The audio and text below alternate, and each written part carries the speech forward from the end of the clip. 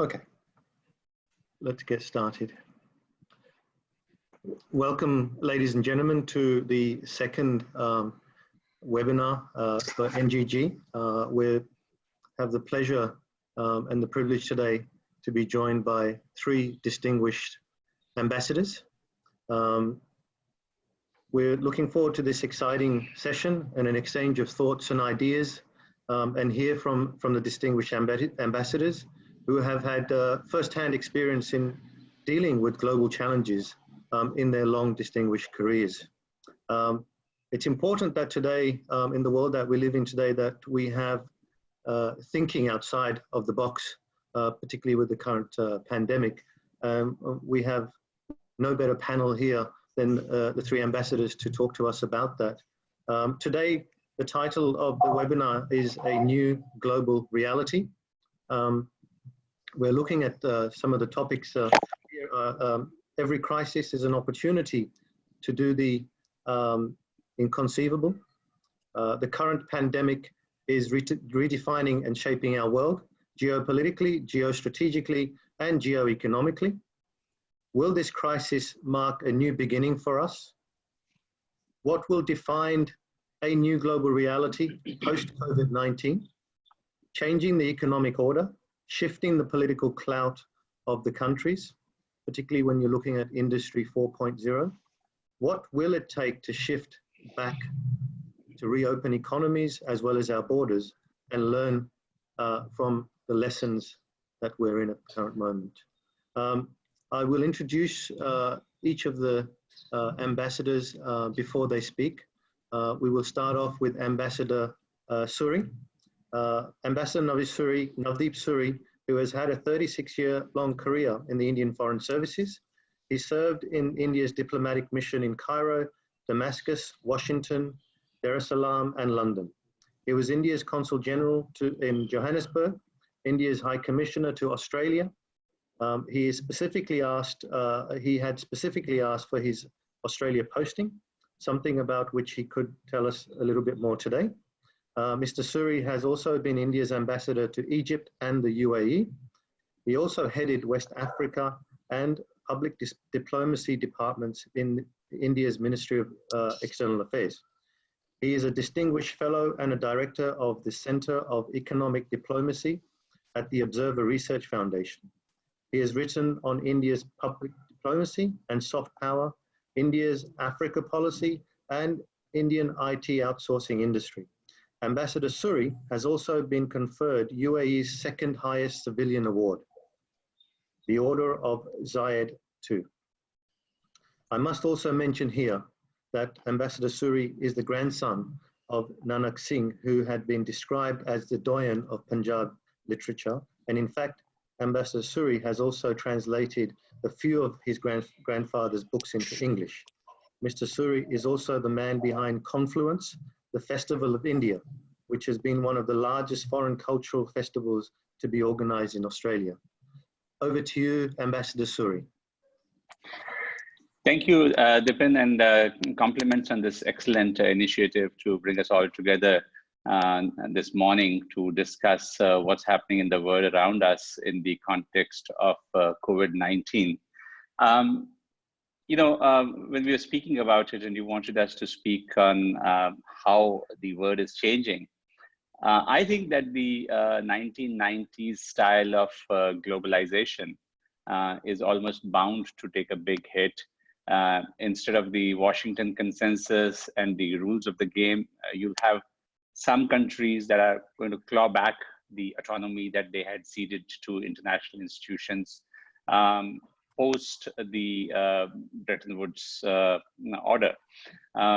You may see bits and pieces of that, whether in terms of the breakdown of WTO norms. You might see that in terms of the unilateral tariffs being imposed by some countries.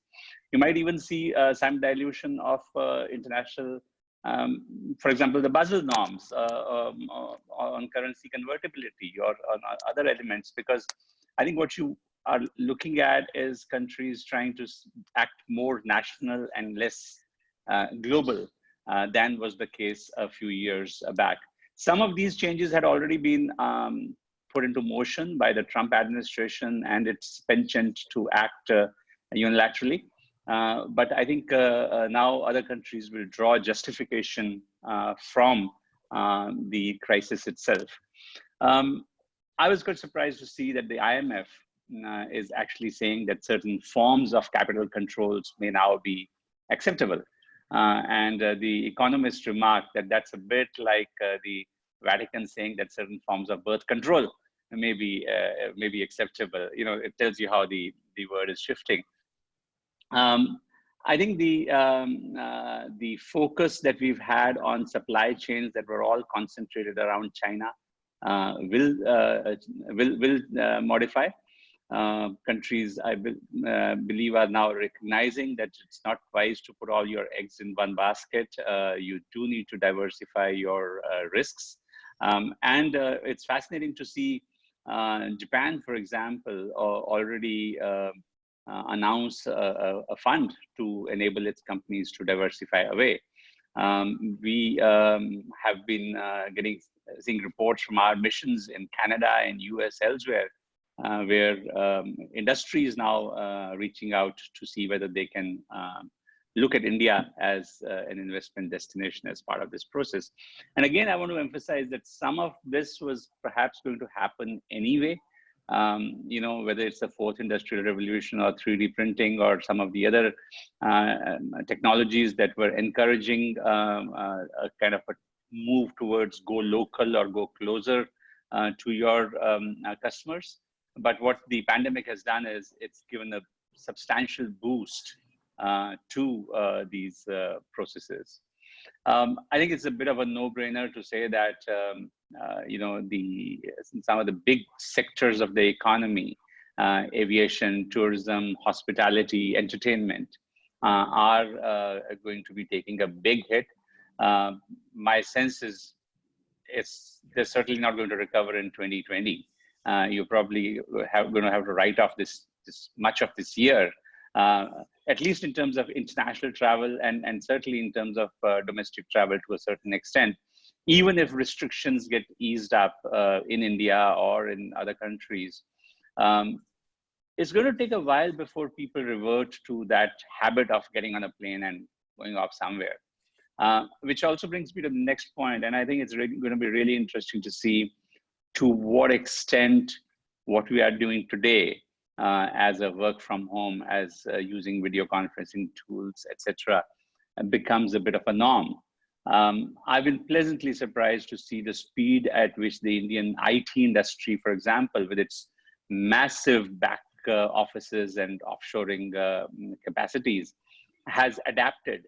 You know, this was an industry that was uniquely resistant because while all the technology was there, there would always be reasons of data security, reasons of management capacity, and so on, or supervision, which were brought in to resist the flexibility of working from home, etc. But suddenly they've adapted. Perhaps the only thing they want is more bandwidth or better broadband. But it's going to be interesting to see, are some of these changes going to endure in these sectors of the economy? We were at the Observer Research Foundation, we commissioned 2 interesting papers. The first of those is ready to see how the COVID-19 has impacted on online education as an area. And there are some startups that are reporting an 800% increase in registrations. There are other companies which are major ones. You know, when I was doing the research on this, we have 4,400 startups in education, in edutech. You have perhaps the words only unicorn in edutech in Baiju, but there wasn't that much of a traction until kids got locked in, everybody got locked in, and now you can see this taking off rapidly. It's going to be fascinating to see, again, how sticky are these habits that are evolving today. Same is the case with telemedicine or health tech. I was, again, pleasantly surprised that yesterday, I got an SMS on my phone from Fortis Hospital saying, because I'm on the database, so in case you want to come for teleconsultations, this is the number to call. And you don't have to come physically to the hospital for a small checkup or something. Interesting trends are emerging. Major institutions like Arvind Netralia is doing ophthalmology consultations through telemedicine, and I was seeing a report that they've trebled their consultations over the last month for real entry-level basic ophthalmology care for the poorest. So I think these are some of the changes that we are beginning to see before our eyes. I believe that as we move forward on this, 2 points which I would make. One is, what is happening with China?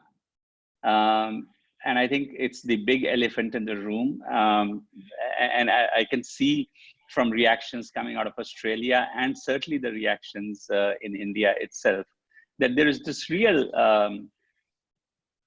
anger in the gut about the way the Chinese have handled, starting with the obfuscation, the lack of transparency in the early stages, to the brazenness of the propaganda campaign and rewriting history before our eyes. And now moving on to muscle flexing in the South China Sea, the attack on fishing boats in Vietnam and Indonesian waters and so on. I think there's a recognition that it's acted in a way that is way out of line with any international rules of the game. So what I'd love to see going forward is this going to bring countries like ours closer? We've been talking about the Quad for a while. Does this latest crisis and the way the Chinese have reacted to it provide a momentum to it? The other thing I would love to really see is between India and Australia. Are Australian companies, and we'd love to hear more from you and your participants about this. Are Australian companies also going to be looking at diversifying? Are they also going to be looking at creating options outside China? Would they look at India as one of the potential destinations? And the same applies for people like the Australian super funds and the Future Fund, who have very large reserves of capital. And would they be looking at greater exposure to India? I know that people like Macquarie and AMP were at the front of companies or funds investing in India, but there have been a number of others who kind of lagged behind. So does this current situation create an additional opportunity for them? One final point is that, while I can see that the foreign ministers are talking to each other on a regular basis, will CEOs also develop these habits? Industries and organizations have been quick to adapt internally to the use of video conferencing tools and, getting together online. Do we see people reach across borders with other business groups to do the same? Is there something that can be done to encourage them to do more of that? If the super funds are not going to be able to travel to India, are we going to be able to create a platform that gives them all the information and encouragement that they need to look at investment opportunities once the economies start bouncing back? And finally, on the bilateral side, and it's something that you mentioned in your opening remarks, Dipen, I'm a great believer in cultural diplomacy. And that's why we had embarked on that huge festival, Confluence. It's amazing that it's been 3.5 years since we had that festival. And even today, if I run into an Australian friend, we are not remembered for our business conferences or on the learned dispatches that we sent or on any of the analysis. I think there's something about that cultural connect and the people-to-people relations that were built during the festival that endured. So I guess I want to say that even when we talk about strategic affairs and when we talk about economic diplomacy and all of that, it's really crucial that we continue to recognize the importance of those cultural platforms that bring our people together and establish enduring bonds. You wanted me to also mention briefly about how COVID has been handled in India. Look, I think that the speed and determination with which the government moved, even at a time when cases were relatively limited, the fact that we closed flights from China on the 17th of January, even though the travel restrictions by the WHO were only suggested much later, is an indication that we were watching this very closely. My only comment would be that when we announced the lockdown on for the 25th of March, perhaps we should have had a little bit more notice to our own people, and we might have avoided some of the issues that arose in terms of the implementation of the lockdown. You know, it was done literally with 4 hours notice, and people really had to scramble and were left flat-footed. But beyond that, I think there's no disagreement that it was essential, and it has had a very salutary impact. The rate at which the infections were growing has slowed down. It was doubling at 3.5 days. Now it's doubling at about 7.5, 8 days. So, you know, it's early to say whether we are really succeeding in flattening the curve, because I think the jury is going to be out on what happens when the lockdown restrictions are lifted. But as of now, at least over the last 4 weeks of the lockdown, we've clearly seen that the rate has slowed. But while you have got that classic battle between the health experts and the economy experts, and the health experts are arguing for sometimes a longer lockdown.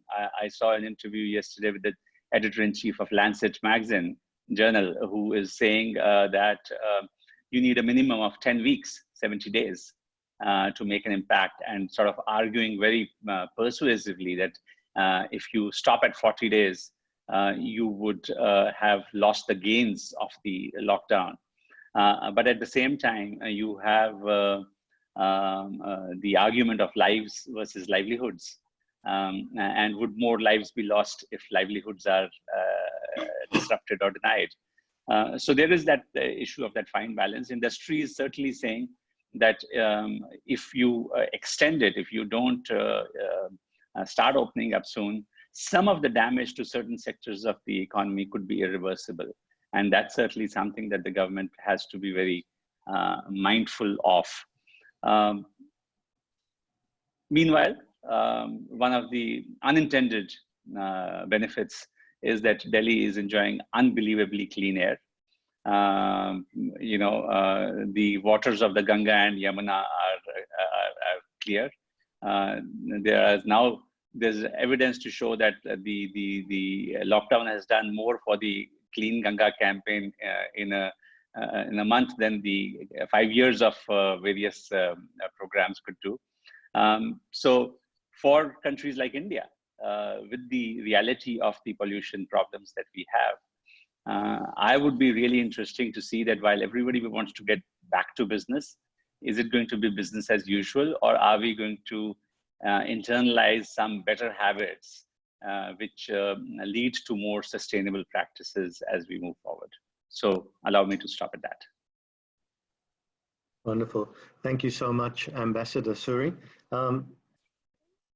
There's some food for thought there, definitely. And there are some things that Australia is doing in regards to looking at alleviating its reliance on China. There's a task force that has been set up by the federal government, which is headed by a chap called Andrew Liveris, who's the former chair of the Dow Chemicals. And they're looking at shifting some of the manufacturing burdens that they have overseas to other countries. But we can talk about that a little bit later on. I'd like to introduce our second ambassador, Ambassador Biren Nanda. Ambassador Nanda has had 38 years career with the Indian Foreign Services and had extensive experience in working in East Asia. He has been India's High Commissioner to Australia. It was during the tenure when we witnessed PM Narendra Modi's visit to Australia, the first Indian Premier to visit Australia in 28 years. I remember the time fondly, Ambassador Nanda. As the former National Chair of the Australia-India Business Council, I had the pleasure of working with you closely in organising the business event for over 550 senior business leaders in Melbourne for PM Modi. And, you know, that was fondly remembered to today, in fact. So, Mr. Nanda, you can talk a little bit about that later on. Ambassador Nanda has also been ambassador to Indonesia, Timor-Leste, and the ASEAN. India's Deputy Chief of Mission to Tokyo and Consul General in Shanghai. Ambassador Nanda has also served in Indian missions in Beijing, Washington, DC, and Singapore. He has contributed to the strengthening of the strategic partnership between India and Indonesia, the strengthening and diversification of India's relations with Australia, and helped reinvigorate India's Look East policy, and the intensification of India's ties with ASEAN and Pacific countries. He is also a senior fellow at the Delhi Policy Group. It will be a delight to hear his views from his experience as High Commissioner of Australia, and having served considerable time in Southeast Asia, on what he thinks of the latest talk on the shifts in supply chain to India from Southeast Asia and China. Ambassador Nanda, over to you. Thank you, Dipen. Thank you for your very kind words of introduction. Well, I'm going to structure my remarks around the topics that you assigned to me. So the first one was, how can political leaders and businesses keep up the momentum of engagement in the current scenario? I believe at the present juncture, both countries need to look inwards to focus on current challenges of the pandemic. In the short term, India and Australia could cooperate in assisting developing countries and LDCs with an expansion of healthcare facilities, testing kits, and expertise in pandemic disease control. Encouraging cross-border collaboration in the manufacturing of and trade in healthcare equipment like PPEs and ventilators. 3, contributing to the search for medicines and vaccines that are effective against the virus. Here, the two governments can encourage and facilitate collaboration between industry, universities, and research institutions. Collaborating to promote a long-term focus on preventive healthcare and tackling climate change issues having a bearing on future pandemics. For example, by preventing the encroachment by humans on animal habitats. Finally, sharing information and best practices on fiscal and monetary initiatives being implemented by India and Australia to revive economies and livelihoods. Looking at the India-Australia relationship from a long-term perspective, it is important to reiterate that our strategic partnership must be underpinned by strong economic ties. India is Australia's 5th largest trading partner, with a trade in goods and services amounting to Australian dollars 30 billion in 1819. Australia has drawn up ambitious plans for enhancing bilateral trade in the India Economic Strategy to 2035. Negotiations on a bilateral comprehensive economic cooperation agreement between the two countries have been stalled since 2015. Can the talks on the CECA be revived? Australia already has very low tariffs. Australia can gain considerably through an FTA with India because Indian tariffs are at a higher level. An FTA can, however, play an even more significant role in addressing non-tariff barriers. That is, by addressing barriers posed by SPS issues, introducing mutual recognition agreements, and harmonizing standards. India would also benefit from an arrangement that enhances market access and services. One problem that must be addressed in the discussions is India's trade deficit with Australia. This brings me to the second issue Which opportunities and possibilities should drive optimisms between Australia and India? Energy and minerals continue to be important areas for our bilateral economic interaction and will likely remain so in the future. Australia is rich in energy resources, notably coal and LNG. Australia is a leading manufacturer of mining equipment and an important source for the latest mining technology. India is transitioning into gas, renewables, and nuclear power. Australia has joined the International Solar Alliance and is well poised to participate in that sector. India has an ambitious goal of generating 175 gigawatts from renewables by 2022. India is the second largest producer of coal. Coal accounts for 55% of the energy mix in the country. We are seeking to increase domestic production and to shift away from coal imports. The focus henceforth increasingly will be on equipping existing plants with better emissions control technology. Within imported coal, there is a shift away from quantity to quality. Australian coal, which has lower carbon emissions, should be desirable. India imports 1.4 million tons of LNG from Australia annually. By 2030, the share of LNG in India's energy basket is poised to grow from 6.2 to 15%. Indian consumers are price sensitive, so the affordability of Australian energy will be an issue. Australia is a major partner for education and skill development and an important destination for students seeking higher education opportunities abroad. Many forms of collaboration in higher education have emerged, including joint PhD programs, co-authoring of academic publications, research partnerships, and collaboration between universities. We need to study to what extent higher education collaboration has translated into the deepening of business ties between the two countries. India faces two major challenges in skill development in it. First is expanding public sector collaboration with industry. Second is to create pathways for international mobility. Our cooperation in skill development has addressed these challenges by working to develop transnational standards, strengthening skills mobility, and promoting cooperation in technical vocational education. The challenge for Australian TAFEs is to adjust their business model to a low-cost, high-volume environment. The Australia-India Strategic Research Fund has supported projects in a range of areas, including agricultural research, astronomy, astrophysics, environmental sciences, and microelectronics. We have also cooperated in the area of space science and technology.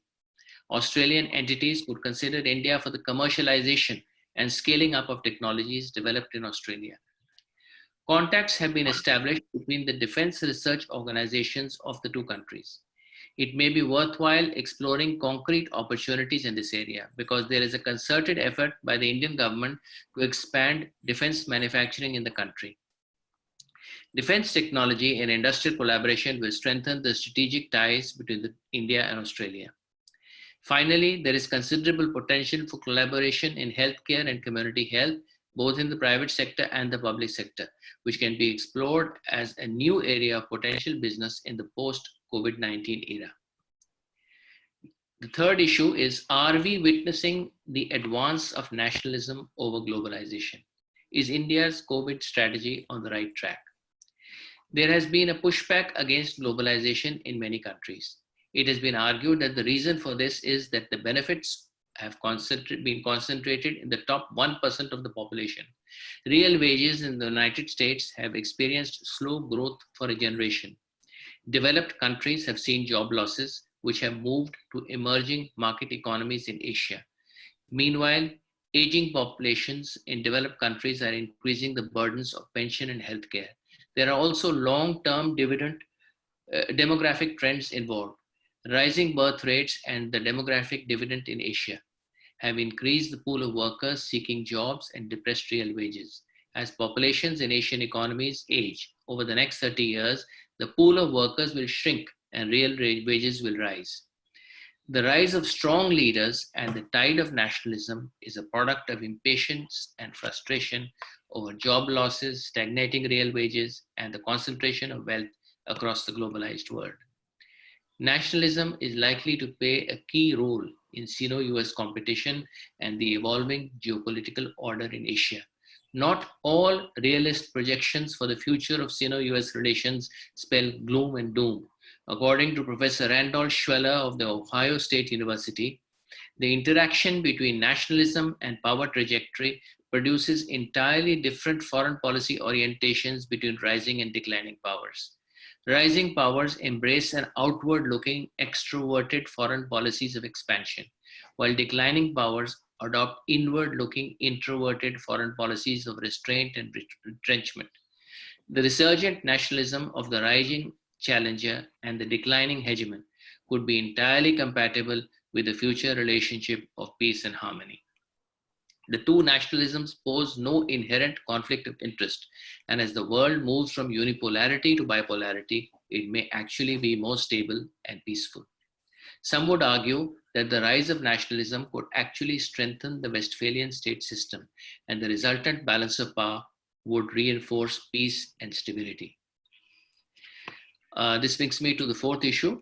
There are some serious concerns about the global response to the pandemic.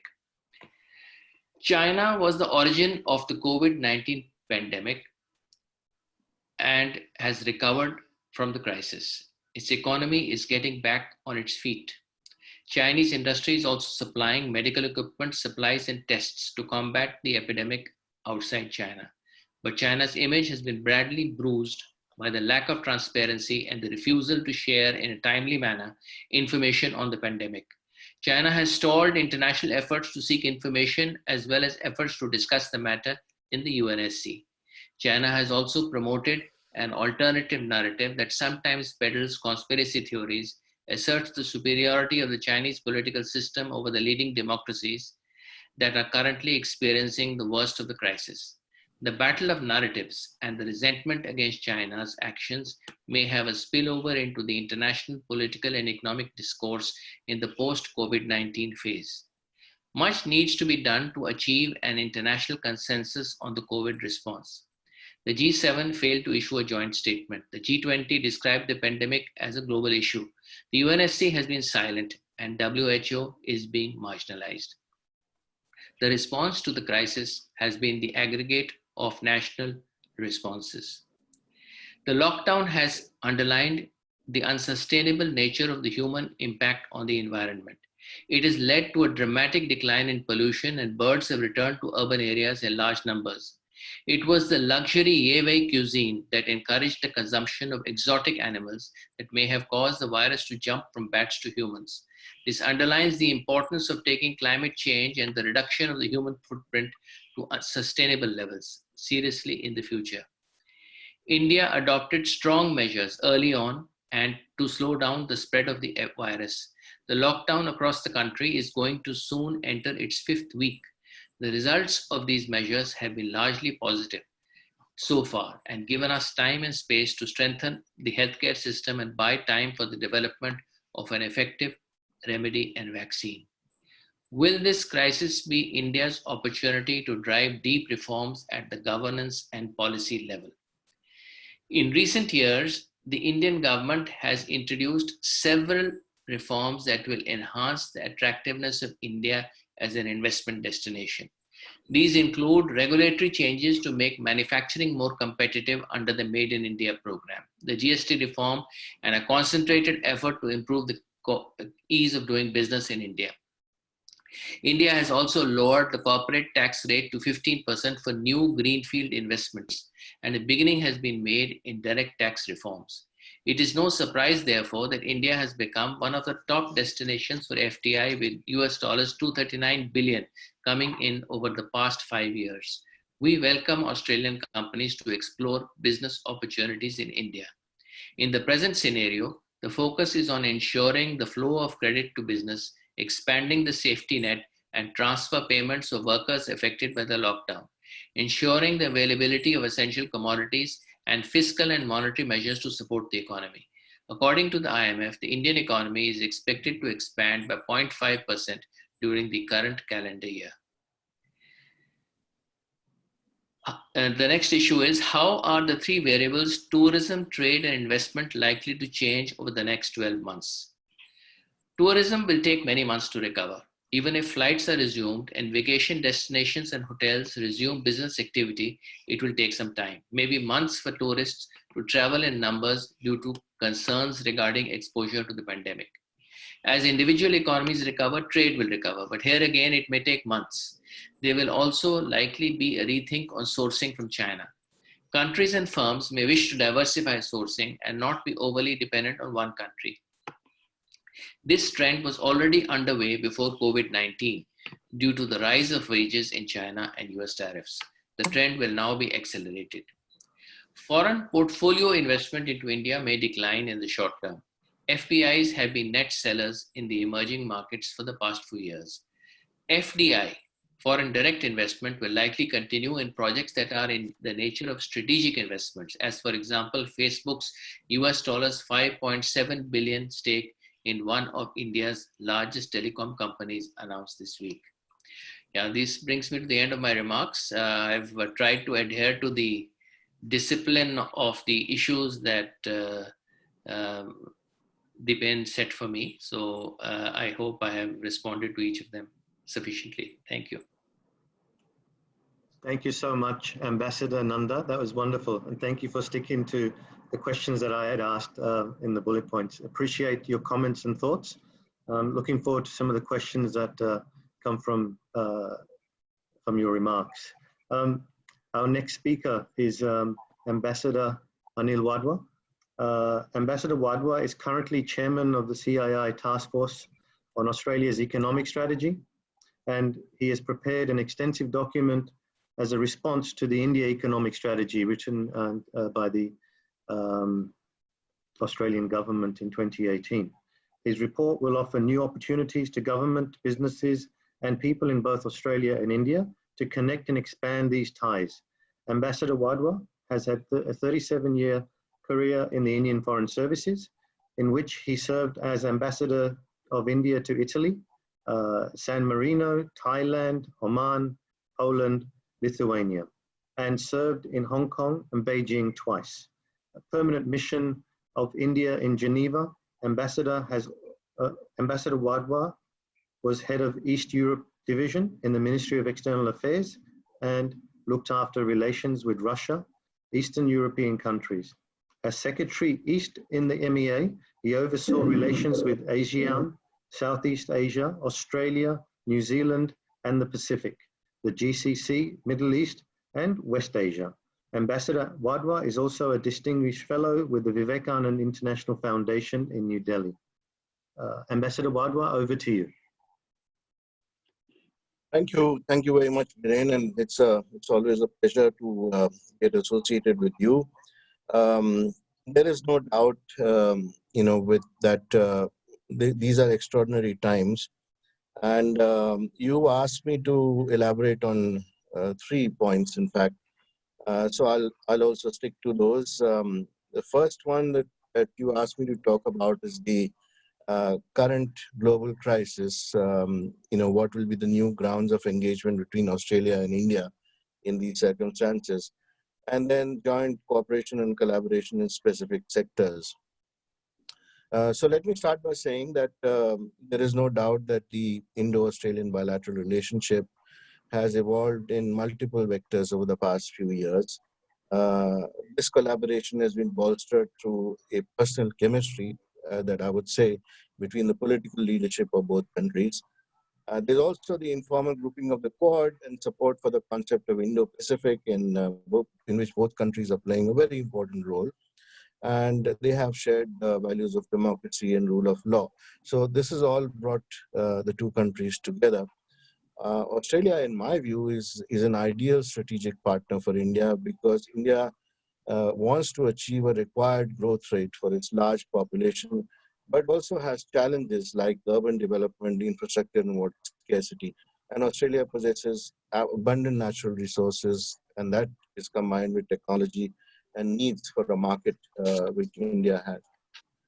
So as you know, and you mentioned this, I've been working on the Australia Economic Strategy report, which was finalized just before the COVID crisis broke.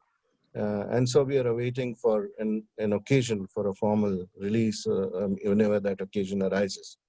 Now, this report has identified opportunities for governments and corporates in both countries in a pre-COVID situation. So let me just enumerate them because you asked specifically for these sectors, and I've spoken about it in Australia in the past, but for this audience, I think it would be important to recall that. So these are sectors like mining, technology and resources, agribusiness and pharmaceuticals, healthcare, education and skilling, in addition to areas such as renewable energy, railways, gems and jewelry, infrastructure and tourism. And apart from this, there is also a class of emerging areas like labor-intensive services in defense, sports, textiles, digital management, space collaboration, and education technologies. All of these have a definite relevance in the future aspirations of both our countries. India is looking for investment in critical sectors of its economy, and this need can be fulfilled, in my view, by Australian companies. In mining and resources, India has a critical need, for example, for minerals such as lithium and other rare earths for its e-mobility program. And Australia can also look for investments in food processing parks, in mining equipment and technologies, in the global innovation centers for the startup industry, also collaboration in medical trials, medical technologies and equipment, dairy processing and agriculture storage techniques, in aquaculture and deep sea fishing, in education and vocational institutions, in smart grid technologies, and one area not mentioned so often is heavy haul rail transportation. And also, I think Australian investors, as was mentioned already by Navdeep, can look for investments in India's infrastructure projects. Sports technology firms can produce sports equipment in India, both for the Indian market as well as for other markets. And I think it's high time that Australia sets up offices in India, which could act as a sourcing hub for textiles, not just from India, but also from the region. And collaboration with India in digital gaming and animation would be a win-win for both sides. There are also some new areas which I did not mention, like commercial ferries and shipbuilding. Also, education technologies companies in India now. It was mentioned by Navdeep again that they're offering course curriculum development as well as providing courses for Indian students. Now, this can also be done for Indian students in Australia. And I think what will happen is, in order to realize this huge potential that we have, the governments and officials on both sides, of course, will need some facilitative steps. That, of course, also when we were talking about a pre-COVID world, we were talking about enhancement of linkages. So enhancing direct flights between major cities in India and Australia was a prerequisite for this to happen. So a little later, I'll look at how that will get affected. But for the time being, I think facilitation of issues like double taxation, easing of our banking industry, and working on phytosanitary measures and visa issues, all these are important for the two governments. Industry and business, in my view, will have to realize the true potential of this relationship. And I believe the large businesses in Australia and the Business Council of Australia need to be involved in enhancing this commercial relationship between the two countries. Suddenly, however, COVID-19 has changed all these parameters, because these were identified before this crisis broke. Even so, I believe that the current scenario offers some good opportunities for the two countries. It was mentioned by the two previous speakers that there is disenchantment with the over-dependence on China, which is a primary destination of Australian resource exports. And India offers an alternative for diversification. And therefore, I think that big Australian businesses should look at India very, very seriously. I think Indian businesses should also look at Australia as a market, which they haven't done so far, taking into account the fact that there were not enough communication means in place. Basically identifying exports in goods and services in the identified areas would be the way to start. So while direct flights and tourism, in my view, will go to the back burner in the short term, these are potential money spinners, in my view, when we return to normalcy. The services sector will definitely reinvent itself. work onshore much more than offshore. And companies and entities will look for support for IT and enabled services and banking support teams in a very big way, at least in the short term. So I believe India is very well placed to take care of Australian needs in this regard. And the same goes for labor-intensive services like facility managers and qualified plumbers and care suppliers, doctors and nurses, electricians, carpenters, who will always be required in the new projects which will be undertaken in Australia. There may be a temporary lull, but once semblance of normalcy returns to economies around the world, we will definitely see a spurt in demand. Also, India and Australia have immense capabilities and resources for fighting disease and pandemics. I know very well with personal experience that we have collaborated individually and jointly with ASEAN in the past in combating disasters and pandemics. And the current scenario presents both of them with an excellent opportunity to take this cooperation forward in a very non-controversial and humanitarian field where they can use these capabilities to help each other. Firstly, in my view, they should formalize an information and intelligence sharing mechanism on this pandemic. Secondly, they should put their scientific resources together to collaborate on a joint research program for developing a vaccine for coronavirus. They should collaborate in offering field testing of the vaccine on their populations, which are quite diverse in nature. And don't forget that India and Australia are actually world leaders in the field of human trials. Both of them have streamlined procedures. India and Australia have extremely well-developed biotechnology research institutes, and Australian universities are renowned for their research. It would be relatively easy for the laboratories in the two countries to share the results of the study of the coronavirus genome, to track its progress in the respective countries, and also to share the findings in real time. Third, India and Australia should also take the lead in setting up a collaborative mechanism to tackle this crisis jointly with ASEAN. And finally, in my view, they should work together in the UN and WHO to reform the system of research on drugs, for a reform of its institutions, and also for bringing about greater transparency in its functioning. The second issue that you asked me to concentrate on was, are we headed towards a more inward-looking world followed by rising protectionism and immigration controls? And what this means for Australia, which has a strong, skilled, temporary Indian migrant population. So let me start by saying that in the short term, and until a vaccine is discovered for COVID-19, a devastating economic collapse of potentially historic proportions, which might lead to social and political turmoil in a number of countries, could result in curtailed connectivity and a reconfiguration of the world order. So it is likely that Asia will recover faster than Europe or the United States. But today we are in an interconnected and globalized world. And unless most countries come to grip with the pandemic and unless a vaccine is discovered, these effects will be felt far and wide, and in fact by the entire planet. So globalization definitely will take a hit. Countries will rethink their trust in global, what we call just-in-time supply chains, and free trade agreements which take advantage of these arrangements. So what will happen is that self-reliance will regain some amount of focus because countries will cut down on economic linkages which are vulnerable. And this has been exhibited in this crisis, which requires emergency medical supplies and critical drugs, and also critical parts to run infrastructure, simple things like trucks or trains or planes and automobiles. So businesses will focus on automation and also lowering the production costs, reducing working hours, and dependence on a large workforce should a crisis of this kind happen again.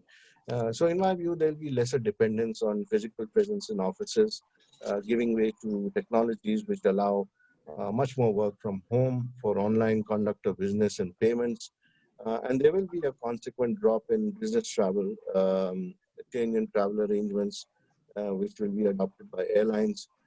Governments will start relying more on e-services. In the short and medium term, investment in healthcare products will see an increase because countries will definitely try to ensure that they are equipped to take care of unknown pandemics in the future. Now, what will this lead to? I think more startups will emerge with creative applications. And I'm sure the education system will also see an impact. There will be more homeschooling programs, and education technologies will receive a boost in the short term. Also, I think it will become a way of life and emerge also as a supplementary system of education in the future. So therefore, I feel that countries with a strong technological and scientific base will emerge as new leaders in knowledge, services, and innovation.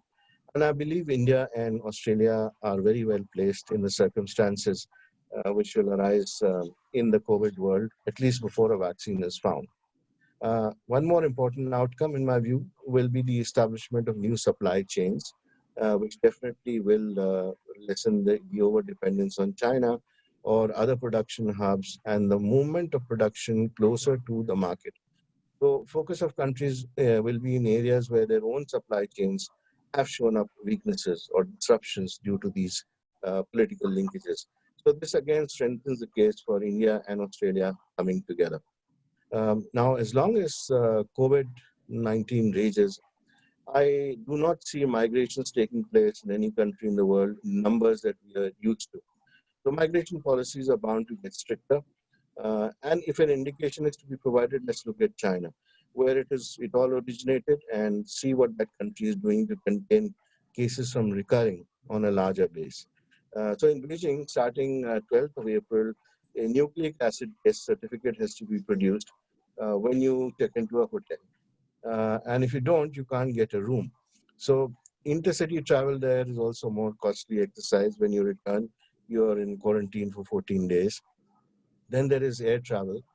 So travel for pleasure, of course, will become a thing of the past in this world. In China, most airline passengers are now checked out not just for masks, but also full hazmat suits, goggles, and some airlines, such as Emirates, have started testing passengers for COVID-19 before passengers board. So these results are available in 10 minutes. Then again, look at restaurants. Restaurants have to observe special social distances norms. Offices has been split into teams to ensure that not everybody gets infected at the same time.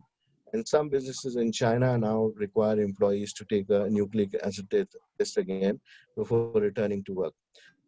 And again, not wearing a mask in public is an offense. So as long as we are in a pre-vaccine world of COVID-19, I can only see a tightening of immigration policies. And I presume and I hope that this will not affect those that are already in Australia, but there would be stricter scrutiny for renewal of work permits.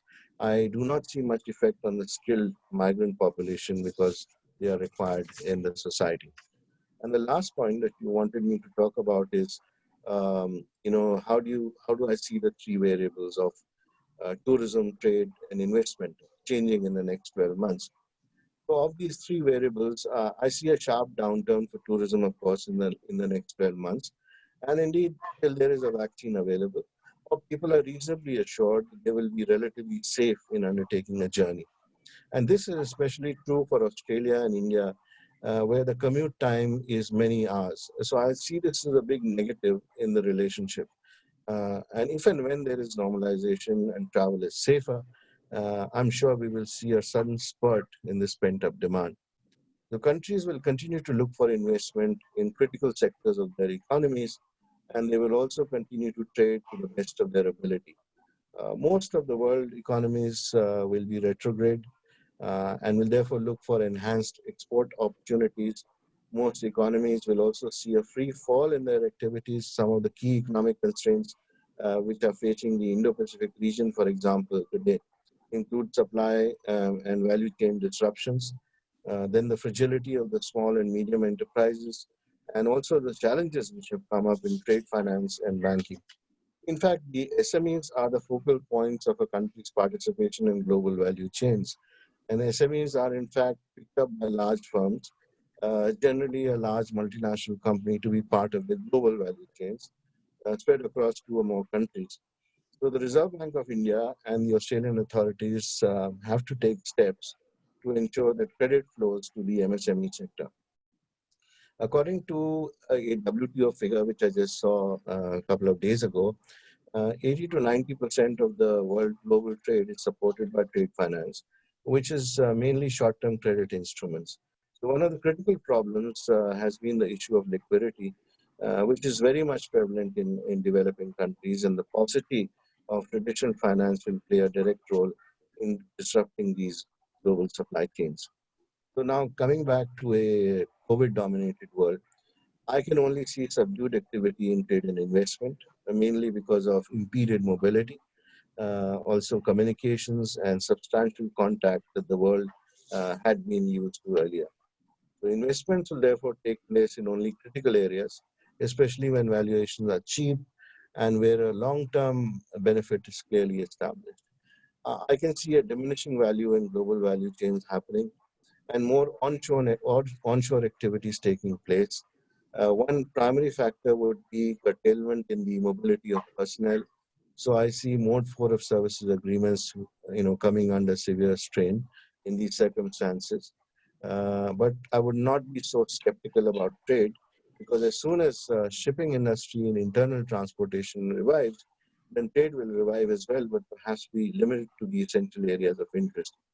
Overall, I think countries will turn comparatively inwards and look for self-reliance as much as possible rather than depend on external or regional or even global value chains, which could be disrupted again in the future.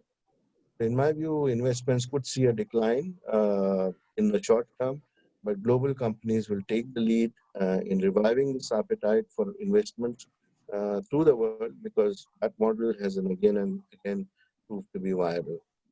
Last point, about Indian situation, and I think here my two colleagues have already talked about how India has done reasonably well. Yesterday's figures, when we finished the 30th day of lockdown, India has done three things in the last 30 days. One, it's been able to cut transmission. Second, minimize the spread. And third, to increase the doubling time for COVID-19 cases. The second major issue which we can see the trend, India has ramped up testing and also has prepared for the future if the virus spreads further. In fact, it's taken several steps to ensure that the country remains more or less stable in the last 30 days. We have now reached 500,000 COVID tests in India, and this testing would be ramped up in future. Total confirmed cases as of yesterday was 21,393 to be exact. But India also has 12 districts that did not add a fresh case in the last 28 days or more. And there are now 78 districts in 23 states which have not reported any fresh case during the last 14 days. And the recovery rate is about 20%. So I think India is quite confident at the moment of flattening this curve. And so far, the efforts have borne fruit. I'll stop there. Thank you. Thank you very much, Ambassador Wadhwa. That's wonderful information on what's happening in India currently and how the Indian government's handling the COVID-19 situation. All three ambassadors, thank you so much for participating and speaking today. I'm cognizant of the time. We've gone over an hour. If you are happy, I'm happy also to ask some questions if we've got some time. We still have everyone on board here as our audience. So maybe if you like, we can continue for a few more minutes until some of the questions are answered. Are you happy with that? Yes. And Dipen, I'll have to leave in 10 minutes to join something else, but yeah. Sure. Okay, so what we've done is we asked people to send in their questions via email initially. So I'll ask those questions of you first. And then there's a number of questions that are being fired at me through the Q&A session as well. So starting off, Manoharan asks, COVID crisis has exposed geopolitical fault lines across the globe. India finds itself now in an interesting space given its history of non-alignment. The new world order post-COVID is likely to be built on self-reliance and self-preservation or preservation. What are India's prospects as it navigates through these testing times to reset its economy and influence in the region, Asia and the world? Who would like to take that question? The esteemed secretary. All right, let me go for it. Right. I think this is a very interesting question. I think if you look at the foreign policy of India in the past 2 years, especially, you find that the trend has been towards contacts across the board, across countries. And the diversification of relationship that has taken place is perhaps unprecedented. At every level. I mean, you talk about the leadership level, you talk about the official level, and the engagements that India has undertaken in diverse fields. They've all been expanded. So I think this will stand India in good stead in the coming days, because this relationship of India now is not confined to any particular camp, for instance, or another a group of countries. It's across the board and across regions. And therefore, this is borne fruit. You can see that happening on the ground in terms of the FDI, which was mentioned during our conversation, the amount of FDI that has come into India, and the contacts that have expanded. They've all led to a direction in which the Indian economy has benefited. So I think in the post-COVID world in particular, this trend is bound to continue. I feel also that given the fact that there will be a certain amount of disenchantment with the Chinese situation, and a number of countries are trying to diversify in this situation. So countries like India, along with some other countries like Mexico, or Vietnam, or Thailand, for instance, they're all going to benefit in terms of infusion of more FDI. I see that as a positive in the given circumstances. Thank you. We have a question from Dr. Harinath. Is India still treated as a poor cousin of China, and Australia is treated as a poor cousin of America and England? If the answer is yes, how do we change this perception and take bilateral relationship past curry cricket and culture in post-COVID-19 period?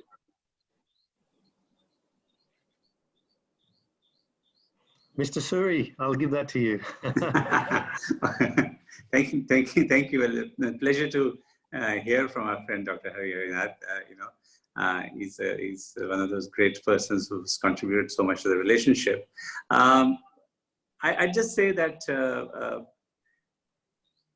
it's a cliche that it's only curry culture and cricket. There's a lot more that goes on in the relationship, which is much more substantive in nature. It involves everything from soft products like education to hard products like coal to ships and other stuff. And I think in the presentations that we've heard, a lot of specific areas where we can do more have been underlined. The nasty word in our relationship has always been potential. And we keep saying that there's great potential in the relationship, but we never managed to quite take it to its logical conclusion. And that's why I think what we've heard today is whether in the reordering of some of the elements of the global picture that we might see taking place in the coming weeks and months, do we see a greater opportunity for us to come together? I'm positive on it because I think the stars may finally be getting aligned the right way. Australia, not as poor cousin to China, but as the favorite, with China as a favorite country for so many years, may now be taking a step back and seeing that there is merit in diversifying and looking much more closely at India. And I have to say that, it's not just for the government. And if anything, the government in Australia has been much more seized of the potential that our ties have offered. I think it's business that has traditionally lagged behind. And now it is really for business to step up and to see which are the areas where we can do more with each other. Great answer, thank you. Another question from Mr. Amar Bantwa. Respected ambassadors, What is your take on FTA between Australia and India? Do you foresee the signing of this all-important bilateral trade agreement being signed up anytime soon? If so, do you think this might happen sooner rather than later? Ambassador Nanda, would you like to have a go at this? Yeah, actually, I did address this in my presentation. I think the two countries have recently agreed to consider the reopening of the CICA discussions, though the decision to reopen them hasn't really been taken. I believe that, of course, from the perspective of trade and goods, it's a very attractive proposition for Australia because the Indian tariffs on an average are higher than Australian tariffs. But the real crux, I think, apart from the tariffs on goods, are the non-tariff barriers and the regulatory barriers, like SPS restrictions. There is a need for mutual recognition agreements, harmonization of standards. Now, these things are much greater impediments to trade and investment than the tariffs alone. Besides, I think the point that Ambassador Suri made is correct, that there is Australian government has been making very serious efforts to boost bilateral trade with India, and have come out with a report, and now CII has come out with the Indian perspective, the Indian report on how to boost economic ties with Australia. And these provides an enormous menu of proposals and initiatives that could be taken to boost bilateral trade and investment. But it is true that from my experience, there is a much greater involvement of Australian business in the China trade and investment than with India. It is changing. Now there's two-way investment of Australia, 30 billion in between India and Australia. But still, I don't think we are at the same level in terms of the effort by business to look at the India opportunity. And similarly, in India too, I don't think there is a critical mass of business interest in developing exponentially the bilateral economic ties. Thank you. Rishi Suri asked, Ambassador Suri spoke about the cultural connect. How do we see the future of this connect, and how do we see people-to-people links advancing? Ambassador Suri. I think you've got to keep at it. Cultural connect isn't a one-off. You can do a big bang event like the Confluence or like the festival that Australia did in India a few years back. But I think the important thing is to continue. And what I was very pleased about is that when you do some important cultural connect like the Confluence Festival, the kind of relationships that it creates between the cultural groups themselves. So one of the outcomes, for example, of that festival was that now there is a Jaipur Literature Festival in Adelaide, which has become an annual event. And that brings some of our finest writers to Adelaide every year, and they do something there. Similarly, there was something that started off in Perth, and that has continued in the years since Confluence. So, and I think similarly, the relationships that established between some of the artists or the cultural groups are continuing in India. And you've got to keep at it. You've got to create, I think what governments can do, or embassies and high commissions can do in these cases, is act as catalysts and facilitators and create platforms that brings people together. But it's equally important that some of these initiatives get the requisite support, not just from the arts and culture departments of the state or the federal government, but also from the private sector. And when we did the festival, we were privileged to have people like Sydney Opera House as partners, or ABC as a partner. And I think that kind of a collaborative approach really gives you the additional momentum that you need. But I would just encourage that, it is an extremely productive, high dividend activity. You don't see the results in the short term, but in the kind of connects that emerge between the artists really endure, and they bring our peoples together. Dipen, I'll have to sign off, but please continue if you would like. My apologies. Sorry, Thank sir. you very much, Ambassador Suri. We appreciate your time. So I have two more questions left. I'll ask them to both of you if you don't mind. Is the current oil crisis a boon or a bane for the Indian economy? Ambassador Wadhwa? Right. So so I think oil prices coming down, of course, are a good thing for the Indian economy in general.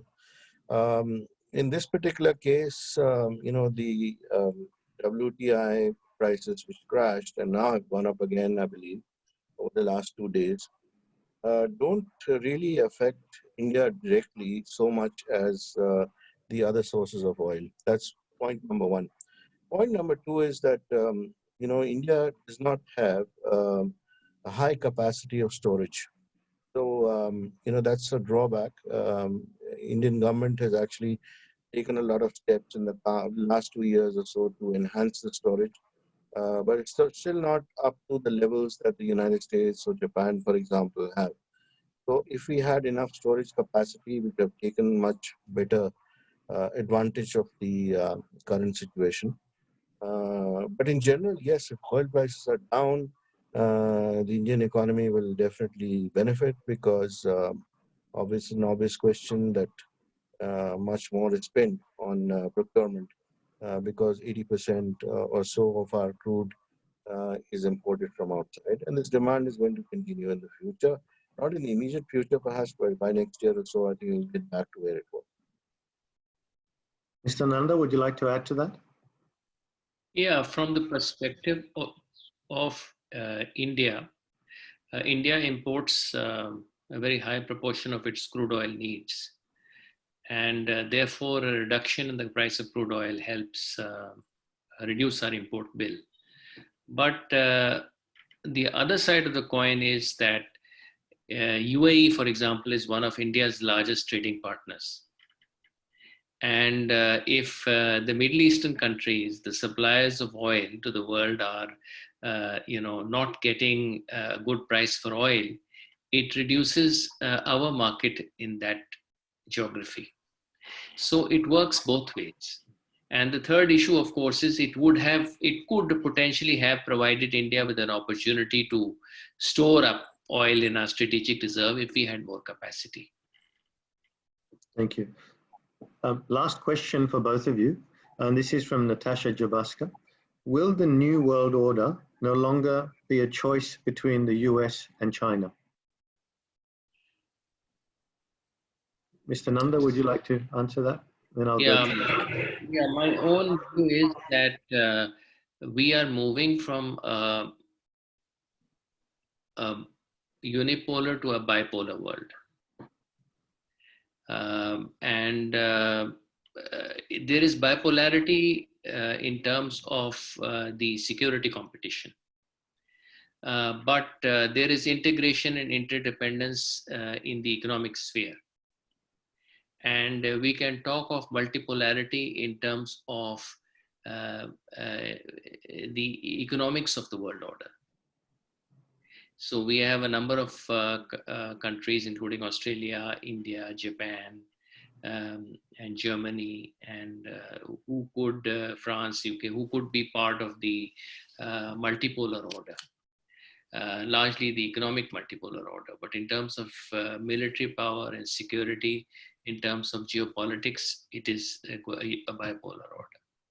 So this is the new mixture, if you may say, in terms of the global geopolitical and geoeconomic scene.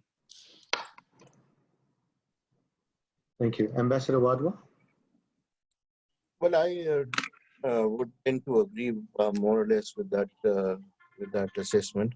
I think we are slowly moving towards not just a bipolar but a multipolar world. But multipolar world is still very far away. And I think at the moment we have two major powers, which will be United States and China. But then we also have other major players in the world. So I would not rule out Russia from this, and EU as a center. In Asia, you have Japan and you have Australia and India, which are already part of the Quad. And we look at things similarly now. So the world has moved on quite a bit in the last few years, and I think in this situation, countries will decide on issues taking into account what is in their interest. Again, there is a downgrading in the powers of the United Nations.